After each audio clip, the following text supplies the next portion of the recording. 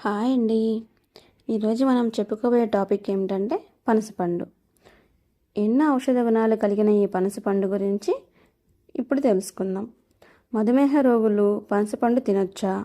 ఇది శరీరంపై ఎలాంటి ప్రభావం చూపుతుంది? తదితర వివరాలను ఇప్పుడు తెలుసుకుందాం. పనసపండు శరీరంలోని గ్లూకోజ్, ఇన్సులిన్ స్థాయిలను నియంత్రిస్తుంది. ఫలితంగా రక్తంలోని చక్కెర నిల్వలు నియంత్రణలో ఉండి మధుమేహం రాకుండా ఉంటుందని వైద్య నిపుణులు చెబుతున్నారు. కాబట్టి మధుమేహ రోగులు ఈ పనసపండు తిన్నా ఎలాంటి సమస్యలు ఉండవు. పనసపండులో యాసిడ్ స్థాయిలు చాలా తక్కువగా ఉంటాయి. కాబట్టి మీరు రోజు తీసుకునే కార్బోహైడ్రేట్ స్థానంలో పనసపండ్లను తీసుకోవచ్చు. ముఖ్యంగా రైస్కి బదులుగా పనసపండ్లను తిన్నట్లయితే చక్కెర స్థాయిలు నియంత్రణలో ఉంటాయి. పనసపండులో ఉండే సహజ సిద్ధ చక్కెరలు, ఫైబర్ ఉంటాయి. మధుమేహ రోగులు రక్తంలోని చక్కెర స్థాయిలను పనసపండు స్థిరంగా ఉంచుతుంది. అలాగే మధుమేహం రాకుండా నియంత్రిస్తుంది. పనసపండుతో గుండెపోటును దూరం చేసుకోవచ్చు.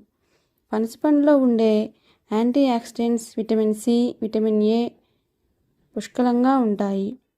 కోలన్ క్యాన్సర్ అంటే పెద్దపేగు క్యాన్సర్ని కూడా దూరం చేసే యాంటీ ఆక్సిడెంట్లు ఈ పనసపండులో ఉంటాయి.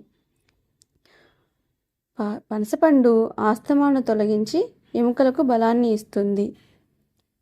పనసపండులో ఉండే విటమిన్ ఏ మెదడు నరాలను బలపరుస్తుంది.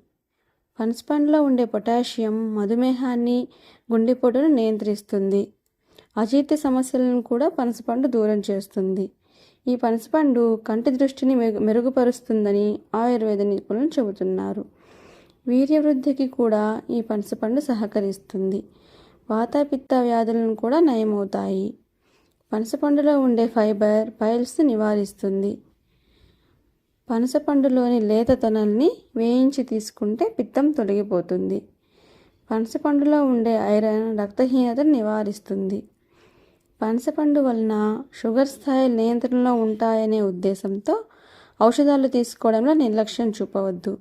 ఏదైనా సందేహాలు ఉన్నట్లయితే న్యూట్రిషన్ లేదా వైద్యుల సూచనలను తీసుకోండి.